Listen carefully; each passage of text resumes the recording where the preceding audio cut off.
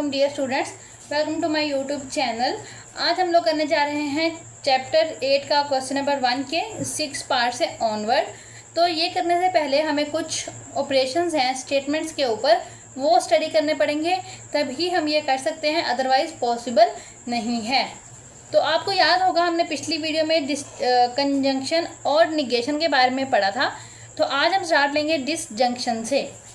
तो डिसजंक्शन का मतलब होता है और, जिस तरह कंजंक्शन का मतलब एंड था, डिसजंक्शन का मतलब होता है और, या उर्दू में इसे हम बोलते हैं ना या। अभी आपको समझ आ जाएगी कि या का क्या मतलब है। इसका जो साइन है वो वी है। कंजंक्शन का क्या था, ए, लेकिन दरमियान वाले जो होता है वो नहीं था, सिर्फ इसको सीधा करके डाला हुआ था। अब अगर वी डाल देंगे तो ये डिसजंक्शन बन जाएगी। ठीक है, डिसजंक्शन बन जाएगी। उसके बाद हम लोगों के लिए इस पे भी दो स्टेटमेंट्स पे जाहिर है अप्लाई होता है। लेट से हमारे पास एक स्टेटमेंट पी है। पी स्टेटमेंट ये कहती है कि जो इस्लामाबाद है वो क्या है, इज ए कैपिटल ऑफ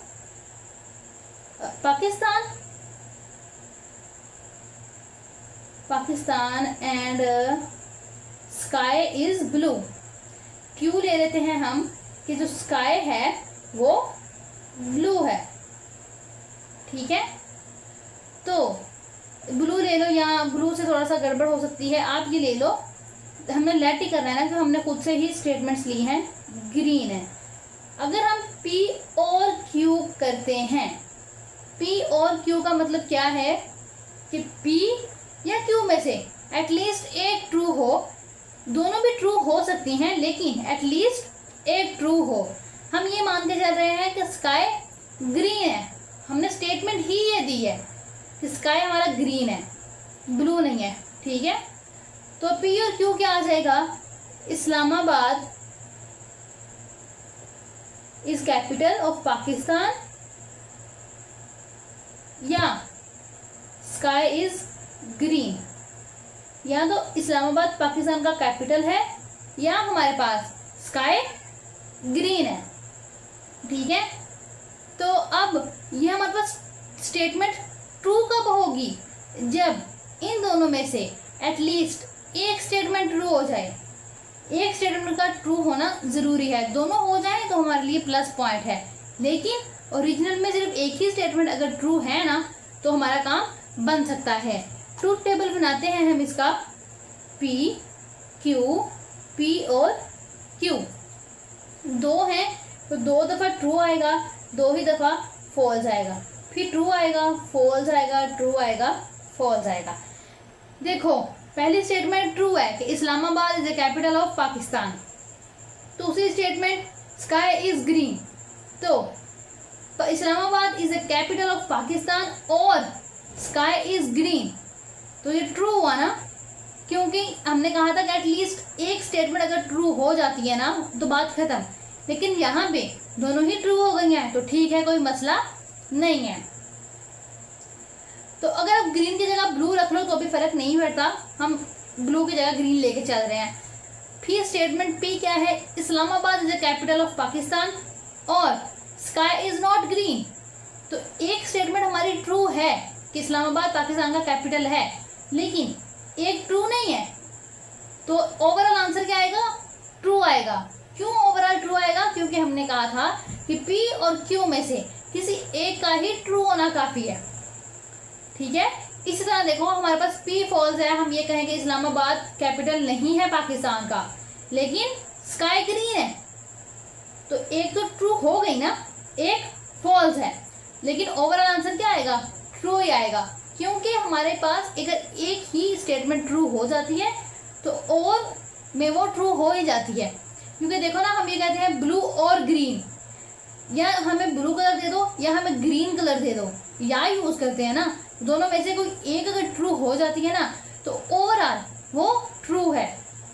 फिर अगला देखो, इस्लामाबाद पाकिस्तान का कैपिटल नहीं है और ना ही स्काई हमारा ग्रीन है, दोनों ही फॉल्स हैं। इसका मतलब ओवरऑल क्या आएगा, फॉल्स आएगा। क्यों, क्योंकि हमारे पास एटलीस्ट एक जो है उसका ट्रू होना जरूरी है। ठीक है, ये हो गया डिसजंक्शन। डिसजंक्शन के बाद अगला जो ऑपरेशन होता है वो होता है इम्प्लीकेशन या कंडीशनल। इसमें होती है कंडीशन। कंडीशन मतलब ये कि जैसे आप लोग कहते हो घर में, अगर हमें पैसे मिलेंगे तब ही हम कॉलेज जाएंगे। आप कंडीशन लगाते हो, हमें पैसे दो, पॉकेट मनी दो, फिर ही हम कॉलेज या स्कूल जाएंगे। तो इसी तरह, बिल्कुल इसी तरह, अगर इन्हीं को हम दो स्टेटमेंट्स बना लें, I go to school, if I go to school then I will take money, ठीक है, if I will take money then I go to school. मतलब कंडीशन इसी तरह लगती है ना, अगर लगा दें, अगर हम कहें अगर ऐसा होगा तभी हम ये करेंगे, अगर वैसा होगा तभी हम ये करेंगे। फर्स्ट ऑफ ऑल तो आपको पता चल गया कि इसके अंदर कंडीशन होती है। कंडीशन क्या होगा, इफ देन यूज होगा, इसको बोलते हैं इफ देन। जैसे डिसजंक्शन और है ना, इसी तरह इम्प्लीकेशन या कंडीशनल को बोलते हैं इफ देन। फिर इसका जो साइन है वो कुछ इस तरह का है, ठीक है, इम्प्लीकेशन का। इम्प्लीकेशन भी हमारे पास दो स्टेटमेंट से अप्लाई होता है एट अ टाइम। तो पहली स्टेटमेंट मैं ले लेती हूँ कि आई will study hard, I study hard, I will study hard, जो भी है। क्यों ले लेती हूँ, आई will pass the examination, pass the exams या कुछ भी। अगर मैं P इम्प्लाइज क्यू पढ़ते हैं ना, इसे P इम्प्लाइज क्यू लेंगी तो क्या बनेगा, if I will study then I will pass the, I will pass मैंने लिखा ही नहीं, पास दी एग्जाम्स, है ना। तो P इम्प्लाइज क्यू तो यही बनेगा ना कि अगर मैं स्टडी करूँगा तभी मैं पास होऊंगा। कुछ बच्चे स्टडी के बगैर भी पास हो सकते हैं वैसे, लेकिन ये तो हमने सिर्फ एग्जाम्पल ली है। ट्रुथ टेबल देखते हैं इसका, P Q, P implies Q, true true false false, true false true false. देखो सबसे पहले वाले पे गौर करो, if I study then I pass, मैं पढ़ूंगा तो मैं पास हो जाऊंगा। क्या ये बात ठीक है?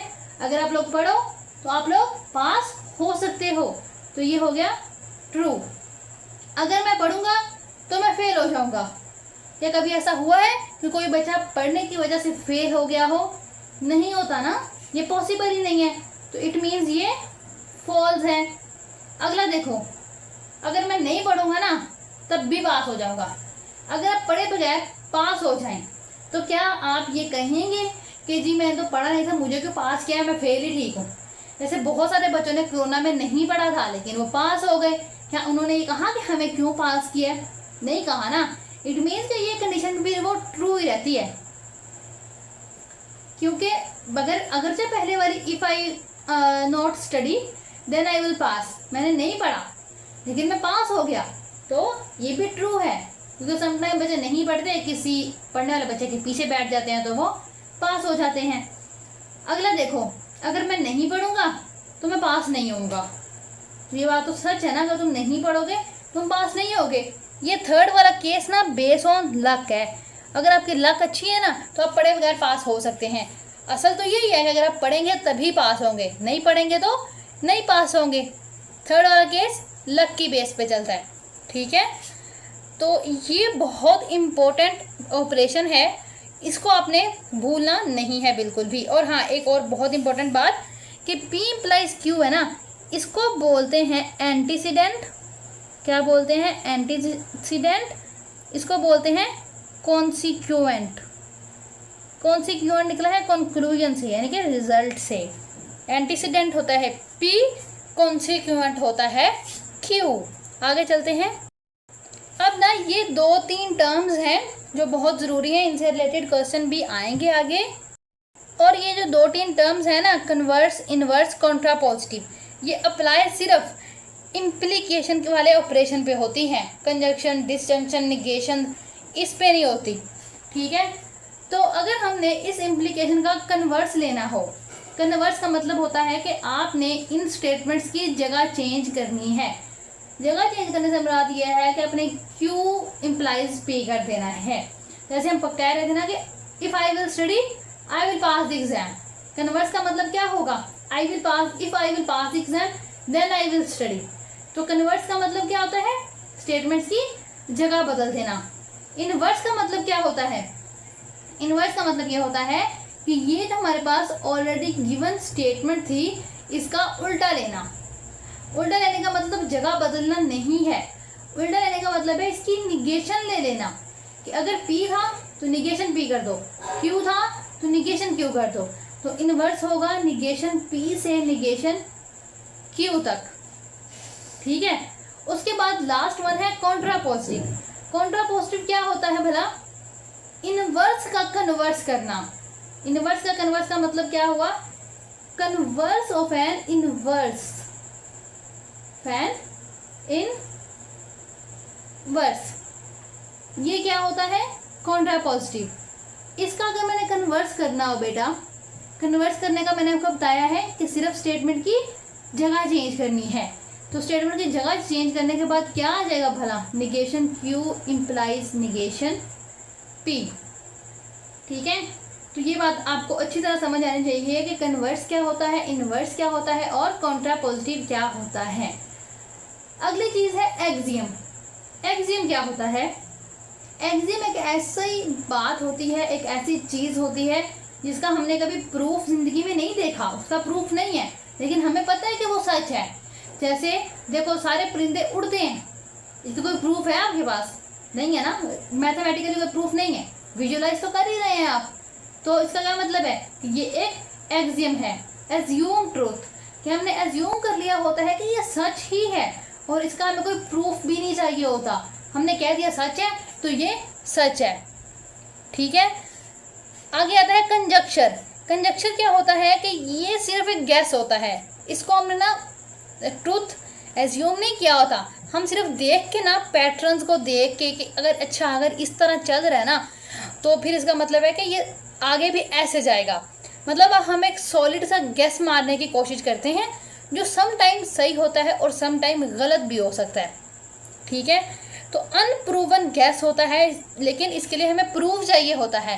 पहले हम गैस मारते हैं फिर हम प्रूव करने की कोशिश करते हैं। एक्सियम में ऐसा कुछ नहीं होता, हमने जो बोल दिया वो हरफ आखिर है, वो पत्थर पे लकीर है, कोई प्रूफ नहीं चाहिए। कंजक्शन के लिए हमें प्रूफ चाहिए होता है। फिर थ्योरम क्या होता है, थ्योरम एक प्रूव्ड स्टेटमेंट होती है, कोई ऐसी स्टेटमेंट जिसको हमने वाकई ही प्रूव किया हो किसी ना किसी तरीके से, कोई ना कोई लॉजिक यूज़ करके इस तरह। और लॉजिक क्या होता है, लॉजिक जिस तरह अभी हम पढ़ रहे थे, कंजक्चर, डिसजंक्शन, जिसके पीछे कोई ना कोई स्टोरी हो, जिसकी कोई ना कोई वजह बन रही हो, तो वो समथिंग लाइक लॉजिक। तो ये 3-4 चीज़ें करने के बाद हम अब क्वेश्चन नंबर 1 पे वापस आते हैं, देखते हैं कि उसमें क्या था। तो देखो हम यहाँ से कंटिन्यू करने वाले थे क्वेश्चन नंबर 1 को। अ कंडीशनल जो स्टेटमेंट थी इम्प्लीकेशन वाली, इसमें हमने अभी भी पढ़ी है, वो P इम्प्लाइज Q वाली, is regarded as false only when, वो कब फॉल्स होगी पहले हम यहाँ से देख लेते हैं ना, कब फॉल्स होना है उसने, फिर हम आगे वहाँ से चलेंगे। सॉरी बेटा ये वाला नहीं था, ये था, हाँ। तो ये फॉल्स कब होती है, जब हमारे पास पहली स्टेटमेंट ट्रू और दूसरी फॉल्स हो। पहली क्या है एंटीसीडेंट, दूसरी क्या है कॉन्सिक्वेंट। जब एंटीसीडेंट ट्रू हो लेकिन कॉन्सिक्वेंट जो है वो फॉल्स हो जाए तो ओवरऑल कंडीशनल स्टेटमेंट फॉल्स हो जाती है। Antecedent is true and consequent is false, तो this is the right answer, first one ही। फिर भी हम अगले स्टडी करते हैं, उन्होंने कहा है कि consequent is true and antecedent is false, मतलब वो ये कह रहे हैं कि अगर हमारे पास P फॉल्स और Q जो है वो ट्रू हो तब हमारे पास ट्रू होता है, फॉल्स नहीं होता, हमें फॉल्स चाहिए। आगे एंटीसीडेंट ट्रू हो जब, तब भी नहीं, और कॉन्सिक्वेंट अगर ट्रू हो ओनली, फिर भी हम लोग उसे फॉल्स कंसीडर नहीं करते। फॉल्स सिर्फ तब होगा जब हमारे पास P वाली स्टेटमेंट, पहले वाली स्टेटमेंट ट्रू, पहले वाली स्टेटमेंट फॉल्स हो, सॉरी ट्रू हो और दूसरे वाली फॉल्स हो जाए। एंटीसीडेंट ट्रू हो लेकिन कॉन्सिक्वेंट फॉल हो जाए तो फिर वो फॉल्स होगी, अदरवाइज फॉल्स नहीं होगी। तो बेटा आगे आओ, आगे बताना है हमने इस स्टेटमेंट का कॉन्ट्रापोजिटिव। पहली बात कॉन्ट्रापोजिटिव को हमने पढ़ा कन्वर्स ऑफ इनवर्स, है ना। तो सबसे पहले इसका हमें इनवर्स लिखना पड़ेगा, ऐसे ही है ना, फिर ही हम कन्वर्स कर सकते हैं। इनवर्स निगेशन Q से निगेशन P, कन्वर्स करेंगे तो क्या होगा, स्टेटमेंट की जगह चेंज हो जाएगी। तो निगेशन P से negation Q, this is the right answer ना। कहाँ जाएगा ये right answer, third one, this is the right answer. ठीक है, आगे चलते हैं। देखो, this statement every integer greater than 2 is sum of 2 prime numbers, कि 2 से बड़े जितने भी इंटीजर्स हैं ना, वो सारे अगर हम 2 प्राइम नंबर्स को जमा करें ना तो वो बन जाते हैं। जैसे 2 के बाद हम लोग 3 अगर लें तो 3 को मैं क्या लिख सकती हूँ, 1 + 2। ऐसा हो सकता है क्या 1 एक प्राइम नंबर है, बिल्कुल नहीं। Every integer greater than 2 is sum of 2 prime numbers, तो ये यहीं पे फॉल्स हो गया ना। लेकिन देखो, अगर मैं 4 को लिखना चाहूँ तो मैं 2 + 2 लिख सकती हूँ, ये भी प्राइम है, ये भी प्राइम है। 5 को लिखना चाहूँ तो मैं 2 + 3 लिख सकती हूँ ना। तो ये स्टेटमेंट हमारे पास अगर कोई वैलिड प्रूफ नहीं है ना, वैलिड जवाब नहीं है, तो हमारे पास वैलिड रीजनिंग नहीं है ये बात साबित करने के लिए कि नहीं ऐसा नहीं है या हाँ ऐसा है। ऐसा तो कुछ नहीं है ना हमारे पास। इट मीन्स कि हमें इसका प्रूफ चाहिए। जिस चीज़ का हमें प्रूफ चाहिए हो वो क्या होती है, थ्योरम, बिल्कुल नहीं। Conjunction, yes. तो जिसका हमें प्रूफ चाहिए हो वो कंजक्शन होता है।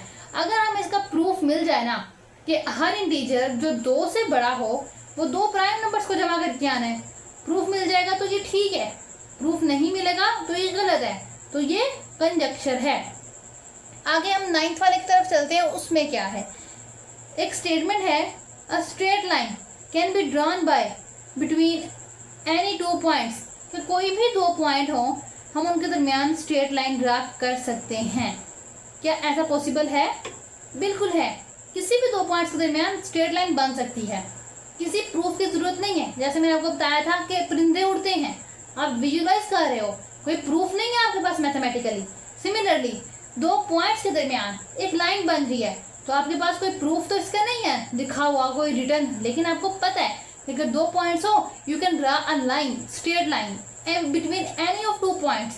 तो इट मीन्स कि ये एक्सियम है, कंजक्शन नहीं है, एक्सियम है। ठीक है, आगे चलते हैं इसके आखिरी और 10वें पार्ट की तरफ। This statement, the sum of interior angles of a triangle is 180 degree. अगर कोई ट्राइंगल्स है और उसके हम इंटीरियर एंगल्स को ऐड करें तो आंसर क्या आए, 180 डिग्री। हमने बताना है कि ये क्या है, whether it is a converse. Converse क्या होता है, इसका कोई इससे मैच ही नहीं हो रहा। थ्योरम, इसको एक दफ़ा छोड़ो। एक्सियम, एक्सियम क्या होता है, जो होता है अनसीन ट्रूथ होता है, लेकिन होती वो बात सच्ची है, उसके लिए हमें प्रूफ नहीं चाहिए होता, इसके लिए प्रूफ चाहिए और इसका प्रूफ है भी। कंडीशनल क्या है, कोई कंडीशन है, बिल्कुल नहीं। तो बेटा ये थ्योरम है, ये थ्योरम है मैथमेटिक्स में बहुत स्ट्रॉन्ग थ्योरम है कि अगर हमारे पास एक ट्राइंगल हो उसके जो इंटीरियर एंगल्स होते हैं उनका सम 180 डिग्री होता है, तो ये थ्योरम है। यहाँ पे होता है क्वेश्चन नंबर 1 कंप्लीट। मिलेंगे नेक्स्ट वीडियो में नेक्स्ट क्वेश्चन के साथ, तब तक के लिए अल्लाह हाफिज़, मिलते हैं नेक्स्ट वीडियो में।